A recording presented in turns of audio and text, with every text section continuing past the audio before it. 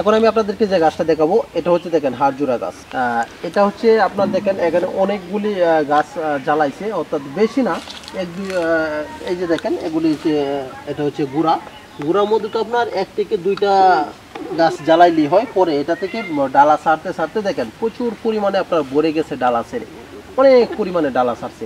এবার আসেন আমি আপনাদেরকে বলি এই হাড়জোড়া গাছ দিয়ে আপনি কি কি করতে পারবেন, অর্থাৎ কি কি করা যায় এই হাড়জোড়া গাছ দিয়ে। হাড়জোড়া গাছ হাড়ের শক্তি বৃদ্ধিতে সাহায্য করে এবং হাড়ের ফ্র্যাকচার বা ভাঙা হাড় দ্রুত সেরে উঠতে সাহায্য করে।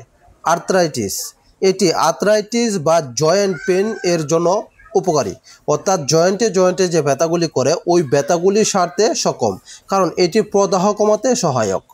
এটি খাওয়ার নিয়ম, দৈনিক আপনি 1 থেকে 2 চামচ গুঁড়ো অর্থাৎ 1 থেকে 2 চামচ পাউডার খেতে পারেন এটা শুকিয়ে, অথবা 20 থেকে 25 মিলিলিটার রস খেতে পারেন প্রতিদিন একবার, তাহলে আপনার এই আর্থ্রাইটিসের সমস্যাটা কমবে।